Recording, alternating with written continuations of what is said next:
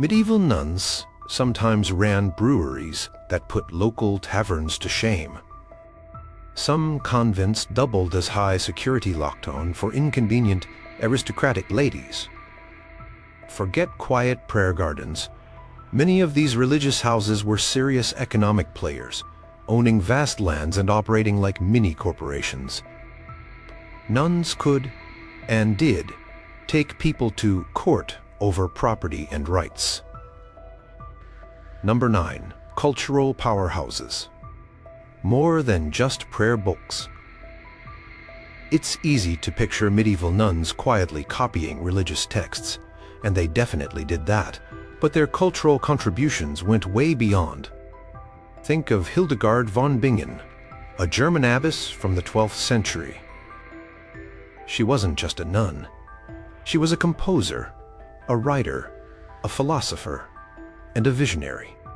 Her musical compositions are still performed today, complex and haunting pieces that were groundbreaking for her time. She wrote books on theology, natural history, and medicine, and her advice was sought by popes and emperors. Hildegard even invented her own language, the lingua ignota, with its own alphabet. She created morality plays like Ordo Virtutum, which featured allegorical characters and music, essentially an early form of opera. This wasn't a woman tucked away from the world. Her creative output was immense and influential. Then there was Hrotsvit of Gandersheim, a canoness in 10th century Saxony. Long before Shakespeare, Hrotsvit was writing plays. Yes, actual plays. She adapted the style of the Roman playwright Terence, but filled her works with Christian themes, often celebrating the virtue of women. Her plays featured strong female characters, martyrs, and even comedies. These weren't just for private reading. There's evidence they might have been performed within the convent or for select audiences. She also wrote epic poems and historical accounts, making her one of the earliest known female poets in Germany and a significant literary figure of the Ettonian Renaissance. The production of illuminated manuscripts in convents was an art form in itself. These weren't just copied texts, they were works of art painstakingly decorated with vibrant colors and gold leaf. Nuns, known as nun scribes or illuminators, spent countless hours creating these beautiful books. They worked in scriptoria, dedicated writing rooms, often with specialized roles. Some would prepare the parchment, made from animal skins. Others would rule the lines, copy the text in careful script, and then highly skilled artists would add the illuminations, intricate borders, miniature scenes, and decorated capital letters. The materials themselves were precious. Lapis lazuli for deep blues, vermilion for reds, and actual gold, either as paint or hammered into thin sheets. These books included Bibles, psalters, books of psalms, missals for Mass, and books of hours, personal prayer books for the wealthy laity, often commissioned. The quality of these works was often exceptional, and convents became known for their particular styles. For instance, the convent of Chelles in France was renowned for its manuscript production in the 8th century. These books were not only for the convent's own use, but were also commissioned by wealthy patrons, bishops, and even royalty, serving as valuable gifts and symbols of status and piety. Through this work, nuns preserved ancient texts and contributed to the visual arts of the Middle Ages. They were literally writing and painting themselves into history. Music was another major area of cultural output. Beyond individual composers like Hildegard, daily life in a convent revolved around the divine office, a cycle of prayers and psalm singing performed 8 times a day. This required skilled singers and often involved complex polyphonic music, especially in larger and wealthier convents. Nuns were trained in music from a young age, and choir mistresses were important figures. Some convents developed their own unique liturgical traditions and musical repertoires. The soundscape of a medieval town would have included the regular ringing of convent bells and the sound of nuns' voices raised in song, a constant reminder of their presence and their dedication to prayer through music. And let's not forget textiles. Nuns were highly skilled in needlework, producing exquisite embroidery, tapestries, and vestments for churches. Opus Anglicanum, or English work, was a type of fine needlework produced in England from the 10th to the 14th centuries, and much of it was created in convents or by laywomen closely associated with them. These were luxury items, often using silk thread and gold and silver wire on rich velvet or linen. They depicted biblical scenes, lives of saints, or heraldic designs, and were sought after across Europe by kings, popes, and wealthy clergy for copes, chasubles, and altar frontals. The Bayeux tapestry, though its exact origin is debated, is an example of the kind of large-scale narrative embroidery that women, possibly including nuns, were capable of producing. These textile arts were not mere crafts. They were significant artistic expressions requiring immense skill, time, and expensive materials, contributing to the visual splendor of medieval, religious, and secular life.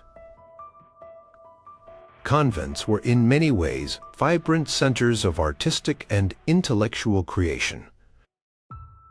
Number 8. Information superhighways, sort of. In an age without instant messaging or even a reliable postal service for the general public, convents played a surprisingly active role in the flow of information. They weren't isolated bubbles. They were nodes in a network, connected to the wider world through various channels. Letters were a primary means of communication for the literate. Abbesses, in particular, often maintained extensive correspondence.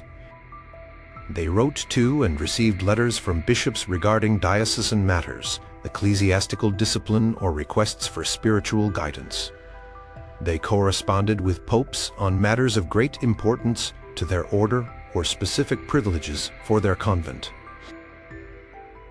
Kings and queens also communicated with abbesses, sometimes seeking prayers, offering patronage, or involving them in political matters, especially if the convent housed members of noble families.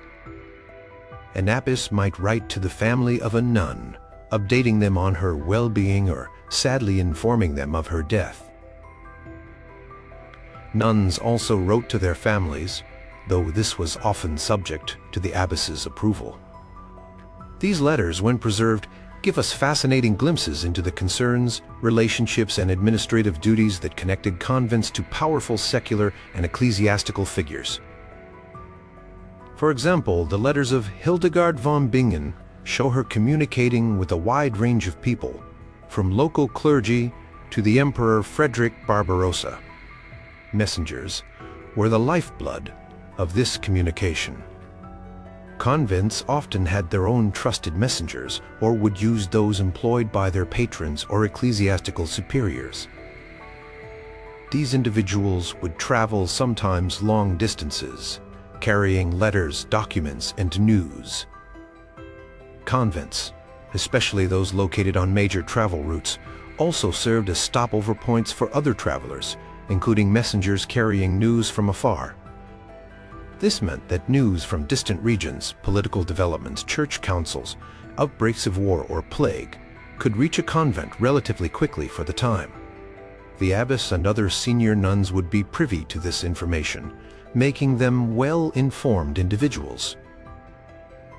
This information could then be disseminated further, either through outgoing correspondence or verbally to visitors or local community members with connections to the convent.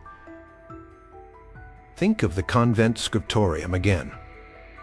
While its primary purpose was copying religious and scholarly texts, it also played a role in recording information.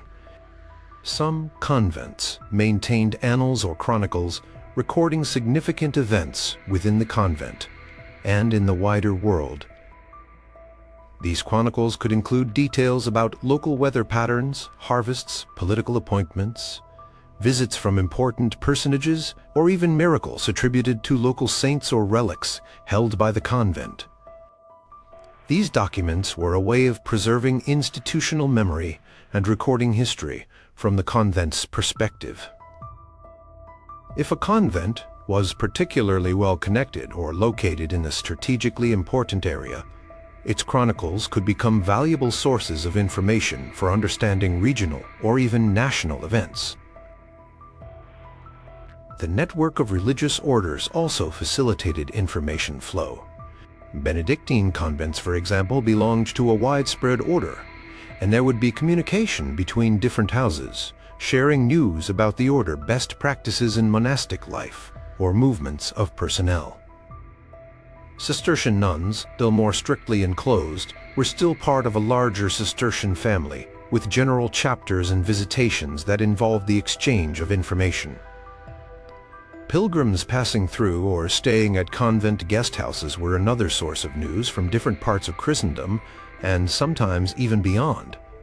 They brought stories, updates on political situations in their home regions, and information about other religious sites. Moreover, the very structure of land ownership and management meant convents had to be informed.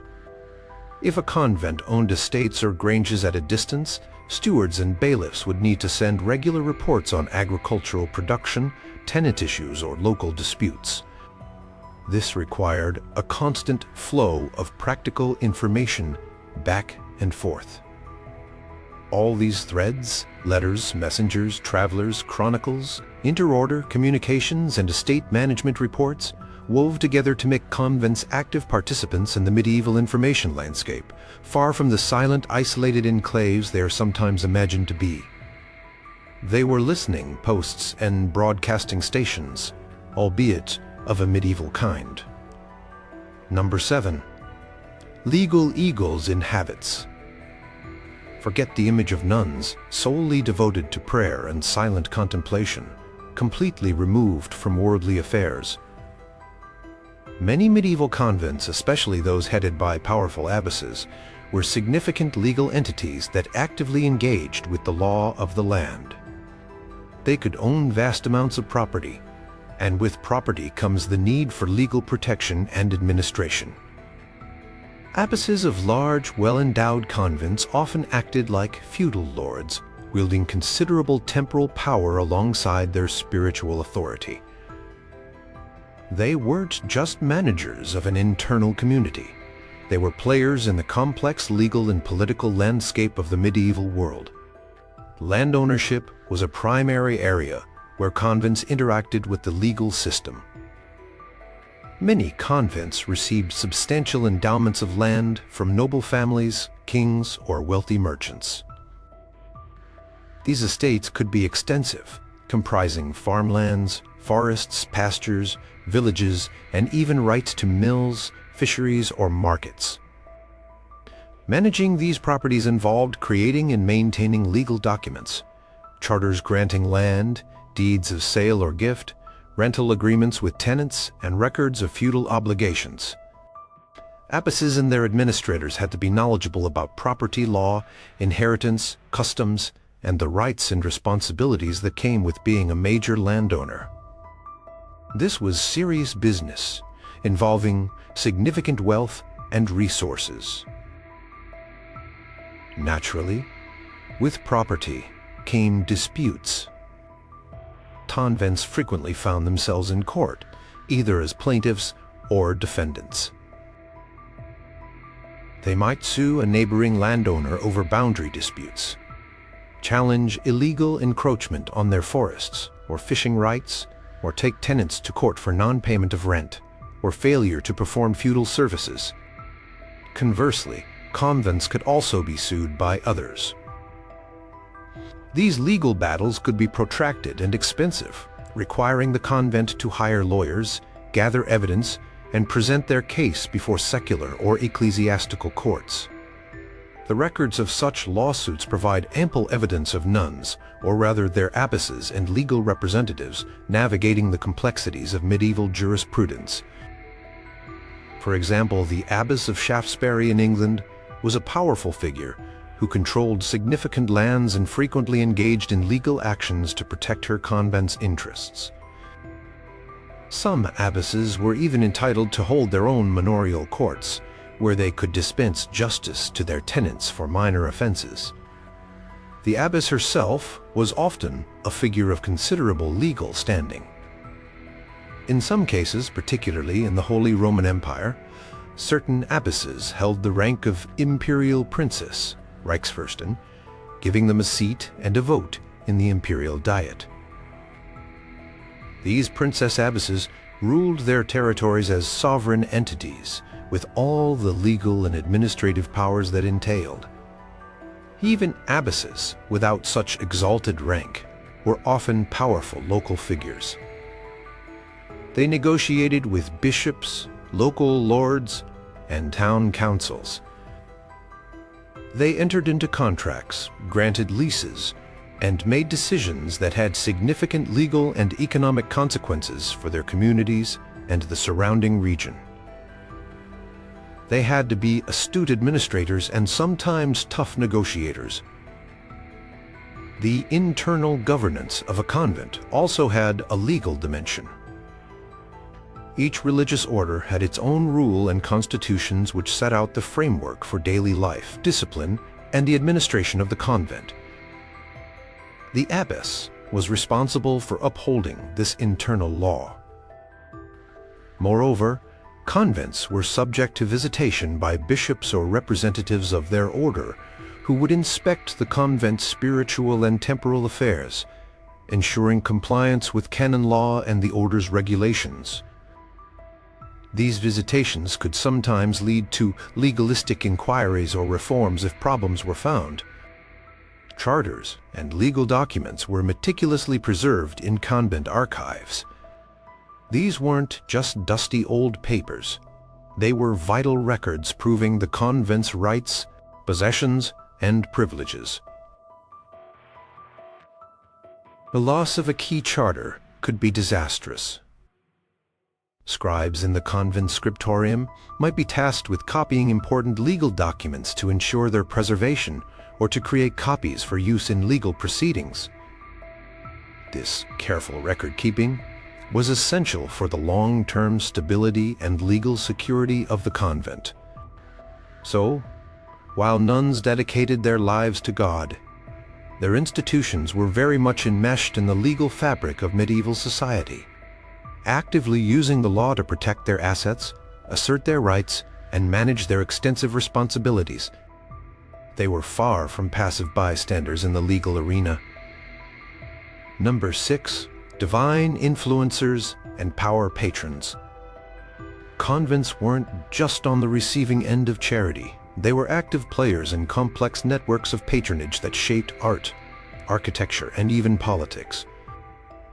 Wealthy individuals and families, from local knights to kings and queens, poured resources into convents, and it wasn't always just out of pure piety. Supporting a convent was a way to gain spiritual benefits, display wealth and status, and sometimes even exert influence.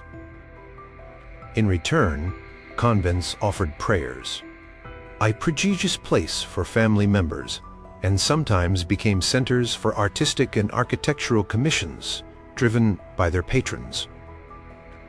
Donations were the lifeblood of many convents. These could take many forms: vast tracts of land, cash endowments, precious objects like gold chalices or silk vestments, livestock, or rights to income from mills or markets. Patrons made these gifts for a variety of reasons. A primary motivation was the belief that the prayers of holy nuns could help their souls and the souls of their deceased relatives reach heaven more quickly.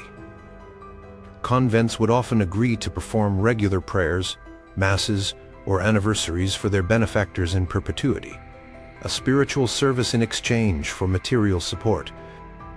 This created a lasting bond between the patron's family and the convent.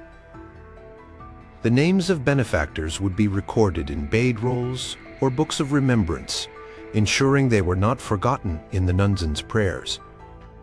Beyond spiritual benefits, patronage was also about status and legacy. Founding or generously endowing a convent was a very public display of piety and wealth. It could enhance a family's reputation and demonstrate their commitment to the church. Noble families often favored particular convents, sometimes those founded by their ancestors, and would continue to support them for generations. This created dynastic connections, with the convent becoming almost an extension of the family's spiritual and social influence. For example, the royal convent of Fontevraud in France was heavily patronized by the Plantagenet kings of England, many of whom were buried there, including Henry II and Richard the Lionheart. Their tombs made Fontevraud a powerful symbol of Plantagenet dynastic piety and power. This patronage often translated into significant artistic and architectural commissions. When a wealthy patron donated funds for a new chapel, an altarpiece, or the rebuilding of a cloister, they often had a say in the design and decoration. This led to the creation of stunning works of art and magnificent buildings within convent walls. Stained glass windows might depict the donor's coat of arms alongside religious scenes.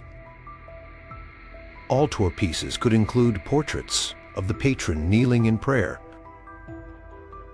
Illuminated manuscripts commissioned by or for nuns often contain dedicatory images showing the nun or abbess presenting the book to a saint or receiving it from a patron. These artworks served both religious and commemorative purposes, celebrating the faith while also immortalizing the generosity of the benefactor. Convents also actively sought and managed relics of saints. Acquiring a significant relic, perhaps the bone of an apostle or a piece of the true cross, could dramatically increase a convent's prestige and attract pilgrims. Patrons might help a convent acquire such relics, either by donating them directly or by funding a mission to obtain them. Once acquired, these relics would be housed in ornate reliquaries, often made of gold, silver, and precious stones, themselves frequently commissioned with patronal funds.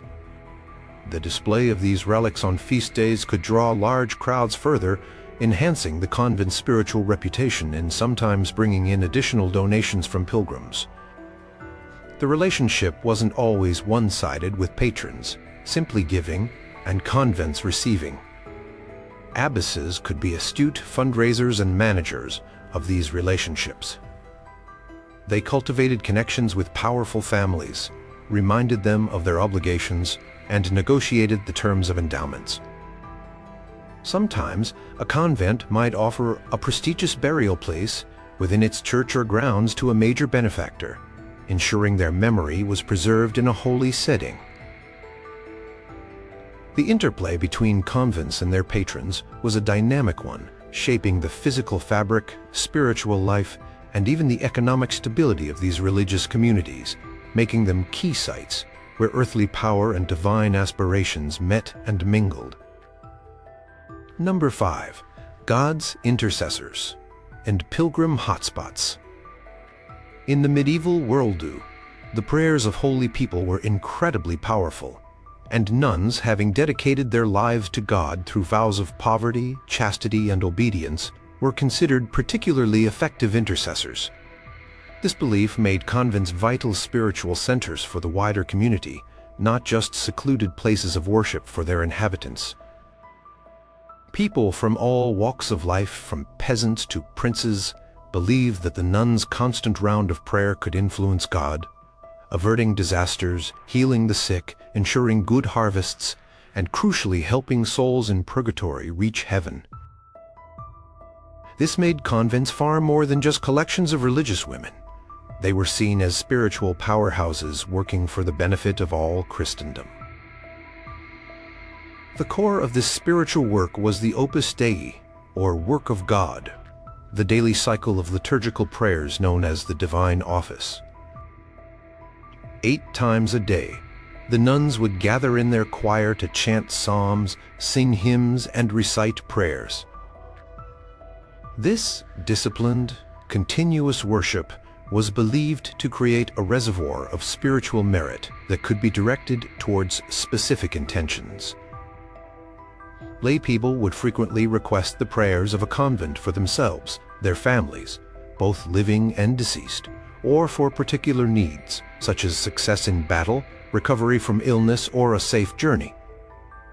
These prayer requests often came with donations, linking the convent's spiritual services to its economic sustenance. The prayers for the dead were especially important, as purgatory was a very real and terrifying prospect for medieval Christians. Having a community of nuns praying for your soul was seen as a significant spiritual investment. Many convents became pilgrimage destinations, particularly if they housed important relics of saints or were associated with miracles. A relic could be anything from the bone of a saint to an item they had touched. These objects were believed to possess spiritual power and could be channels for divine grace and healing. Convents with significant relics would build special chapels or shrines to house them, often elaborately decorated. On the saint's feast day or at other special times, these relics would be displayed, attracting pilgrims from near and far. These pilgrimages were not just acts of personal devotion. They were also social and economic events. Pilgrims brought offerings, stayed in local guest houses, sometimes run by or near the convent, and purchased souvenirs or pilgrim badges. Famous pilgrimage convents, like that of St. Bridget in Vadstena, Sweden, or those housing relics of popular local saints, could become major centers, drawing thousands of visitors. The presence of these pilgrims directly connected the convent to a broad swathe of the outside world.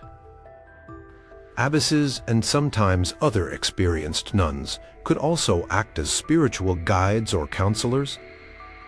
People from the local community, or even from further afield, might seek out a respected abbess for advice on spiritual matters, moral dilemmas, or personal problems. The wisdom and perceived holiness of these women gave their counsel considerable weight. Hildegard von Bingen, for instance, corresponded extensively with people seeking her guidance, and her visionary experiences gave her pronouncements an added authority. While not as formal as priestly confession, this role of spiritual mentorship provided another important point of interaction between the enclosed world of the convent and the needs of lay society. Convents also played a role in the local religious life of their surrounding communities. They might participate in or lead religious processions on major feast days. Their bells would toll the hours of prayer, structuring the day for nearby inhabitants.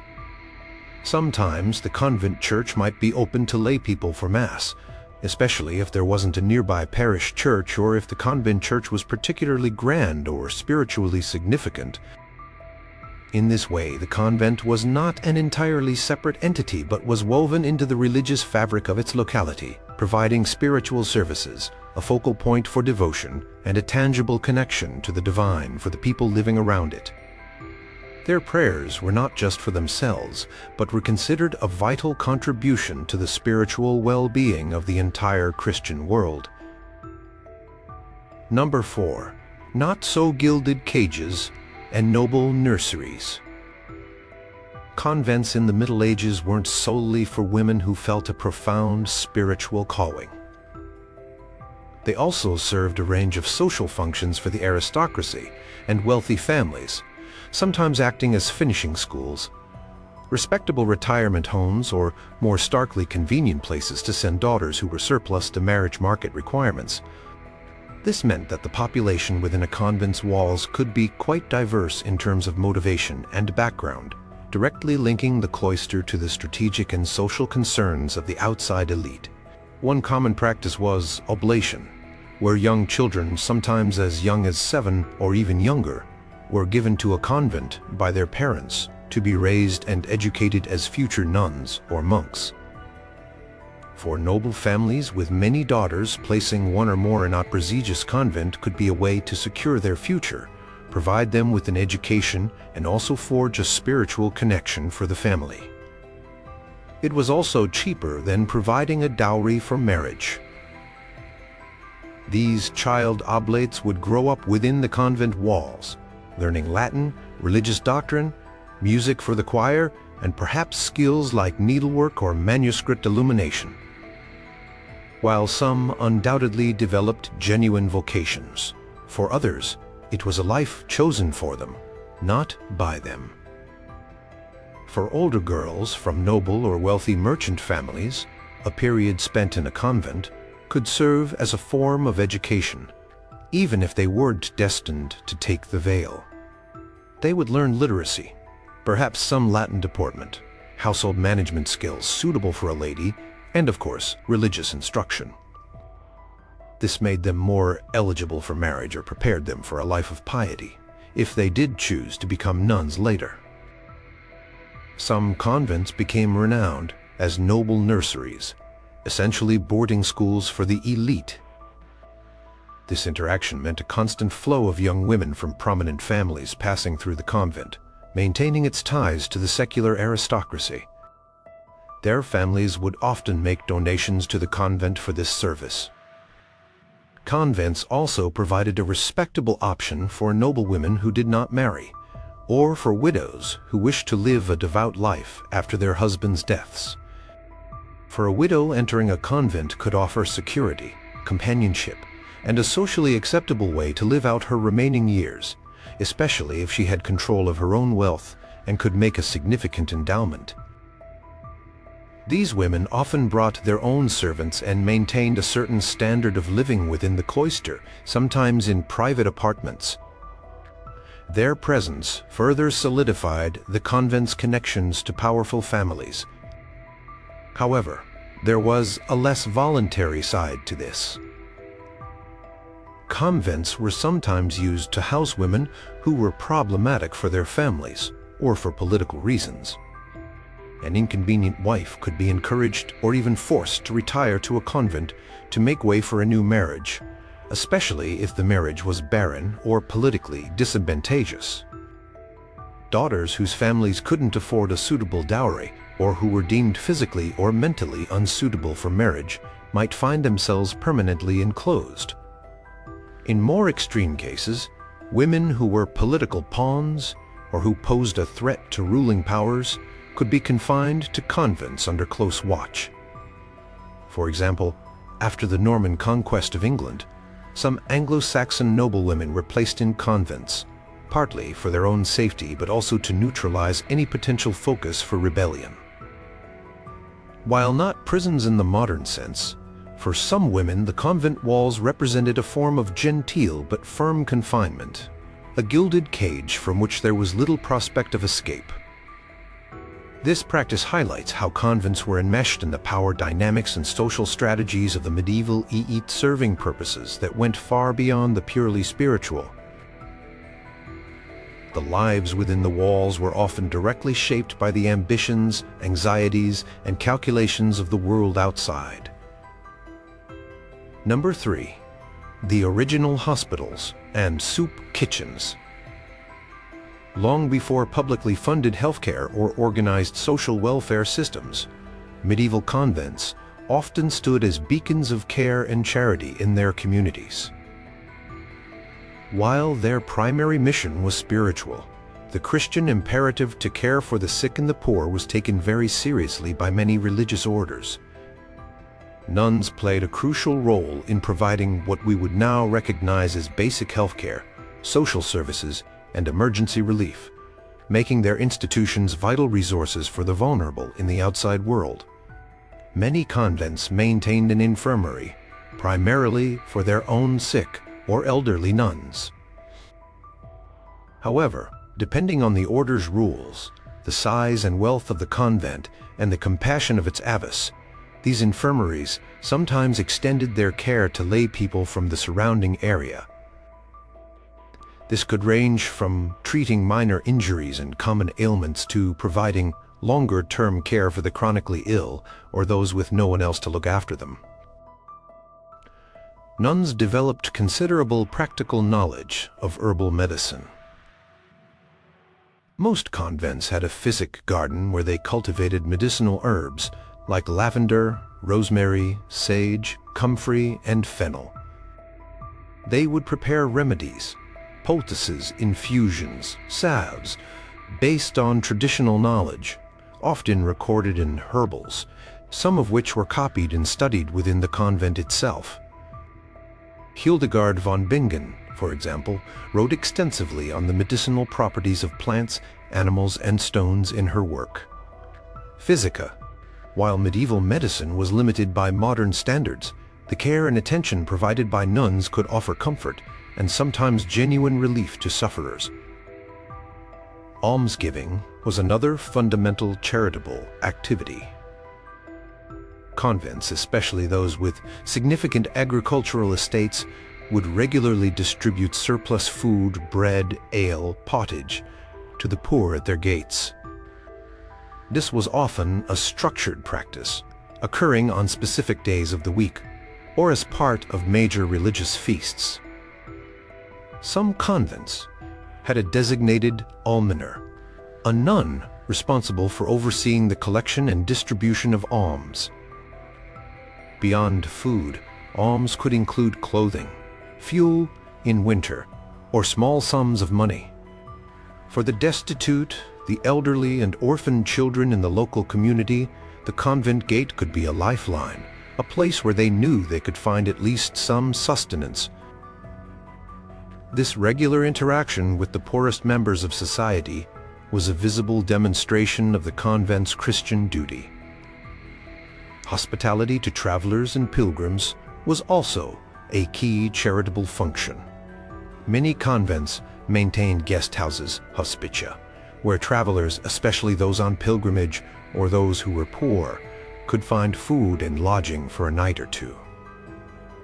This was considered an important act of Christian charity, following the biblical injunction to welcome the stranger. For pilgrims journeying to distant shrines, these monastic guest houses were essential stopping points, offering safety and respite on often arduous journeys. The nuns might not directly interact with all male guests, but they would oversee the provision of these services, often through lay servants or brothers attached to the convent.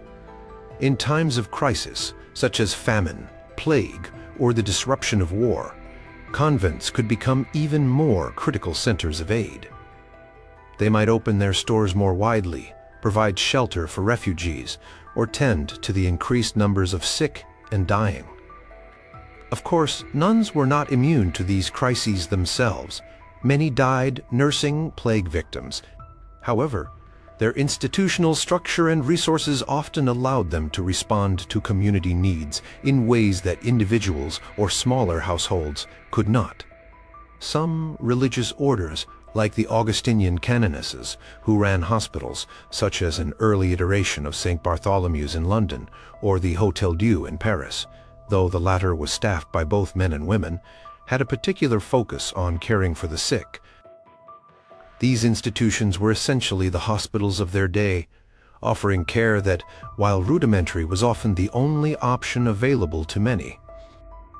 Through these acts of healing, feeding, and sheltering, medieval convents were deeply embedded in the social fabric of their communities, providing a crucial safety net for those in need. schooling the elite, and sometimes the rest. While universities were primarily for men, and formal schooling was far from universal, medieval convents often served as important centers of education, particularly for girls and young women from noble and wealthy families. This educational role provided a significant point of interaction with the outside world, shaping the lives of many young laywomen and sometimes even providing basic literacy to a wider circle. The nature and extent of this education varied considerably, depending on the convent's order, its wealth, its location, and the period, but its existence was a key feature of female monasticism. The core curriculum for girls sent to convents for education usually revolved around literacy, primarily in the vernacular, their native language, but often including Latin, which was the language of the church, scholarship, and international communication.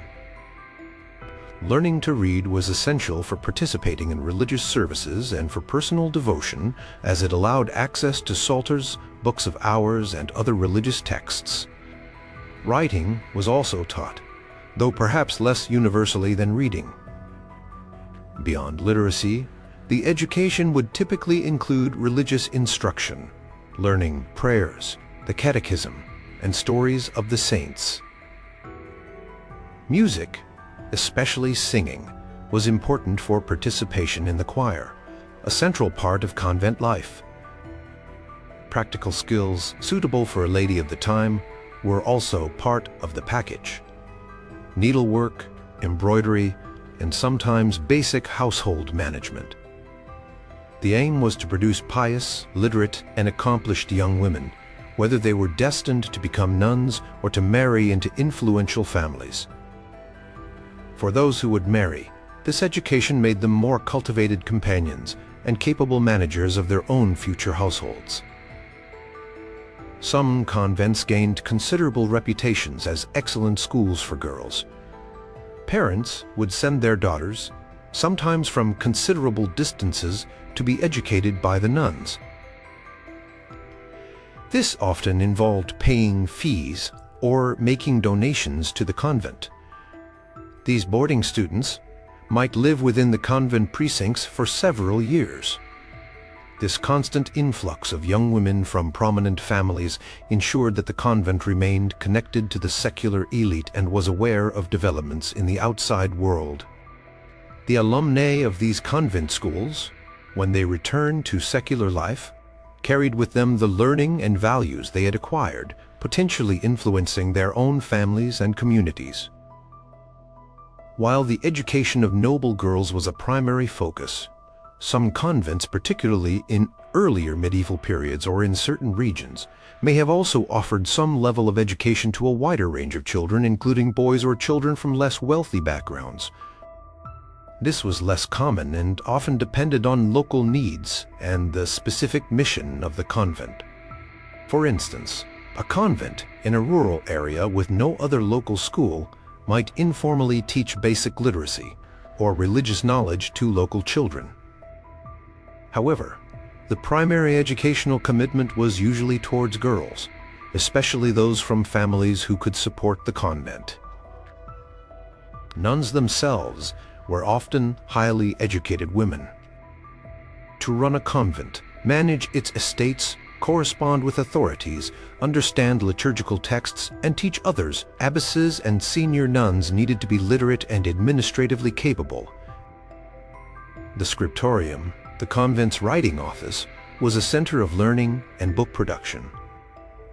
Here, nuns not only copied existing texts but also sometimes composed their own works, chronicles, poetry, religious treatises, or, like Hildegard von Bingen, scientific and medical texts. The very act of copying manuscripts was an educational process, requiring careful attention to detail and an understanding of the content. Through their scriptoria, convents played a role in preserving classical learning and Christian texts throughout the Middle Ages. While not universities for women in the modern sense, they were undeniably significant sites of female literacy, learning, and intellectual activity, providing an education that was often unavailable to women elsewhere, and fostering a culture of scholarship within their walls that had ripples in the world beyond. Number 1. Big business brewers and land barons. Forget any quaint notions of medieval convents being purely about quiet prayer and simple living, detached from the hustle and bustle of the economy. Many of these religious houses were serious economic powerhouses, major landowners, and sophisticated producers of goods that were sold far and wide. They weren't just surviving, they were often thriving businesses, deeply integrated into the economic fabric of their regions, and sometimes even international trade networks. The abbess of a wealthy convent could be managing an enterprise as complex as that of any great secular lord. Land was the primary source of wealth and power in the Middle Ages, and convents were often endowed with vast estates. These weren't just small garden plots. We're talking thousands of acres of arable farmland for growing crops like wheat, barley, and oats, extensive pastures for grazing sheep, for wool, a major cash crop, cattle, for meat, dairy, and hides, fuel, and foraging. Some convents owned fisheries, salt pans, vineyards, and quarries. Managing these diverse agricultural holdings required considerable skill. Abbesses and their appointed officials, often lay stewards or bailiffs for outlying properties, known as granges, had to make decisions about crop rotation, livestock breeding, land reclamation, like draining marshes, and the organization of labor. This labor might come from lay brothers and sisters attached to the convent, hired agricultural workers, or especially in earlier periods, serfs tied to the land who owed service and rents. The convent acted as a major landlord, collecting rents in cash or in kind from its tenants. Beyond raw agricultural produce, many convents were centers of production for processed goods. Brewing ale and making wine were common activities, not just for the nuns' own consumption, but also for sale. Some convents became famous for the quality of their beer or wine, rivaling commercial producers. For example, records show German convents operating substantial breweries. Cheese and bread were other staples produced in large quantities, with surpluses sold at local markets. Textile production was another significant industry. Convents with large sheep flocks would produce wool, which could be spun, woven into cloth, and then sold. Linen made from flax was also produced. The skills of nuns in embroidery and tapestry making, opus Anglicanum for instance, meant they also produced high-value luxury textiles for sale or commission. Other manufactured goods could include candles, essential for lighting churches and homes, soap, and even ironwork if the convent owned forges. Convents actively participated in local and regional markets to sell their surplus goods. They would transport their produce, grain, wool, wine, livestock to nearby towns or fairs. Some larger convents even had their own market rights, meaning they could host markets on their own lands, collecting tolls and fees from other traders. They needed to be aware of market prices, demand, and competition. This required a degree of commercial acumen. Furthermore, convents were also consumers. They purchased goods they couldn't produce themselves, such as salt, if they didn't own salt pans, spices, fine cloth for special vestments, or building materials for construction projects. This made them important customers for local artisans and merchants. Many convents owned and operated mills, water mills, or windmills for grinding grain, not only for their own use, but also for local peasants from whom they would collect a portion of the flour as a fee, a multure. These mills were valuable assets and sources of income. Workshops for various crafts might also be found within or attached to convent lands. The financial management of such extensive operations was complex. Abbesses and their treasurers, cellars or bursars, had to keep accounts, manage income from rents, sales, and donations, and oversee expenditures. They dealt with coinage, credit, and sometimes even engaged in lending. Wealthy convents became in effect large-scale corporations with diverse agricultural manufacturing and commercial interests playing a pivotal role in the medieval economy far beyond their spiritual duties. They were, in many cases, engines of economic activity and development,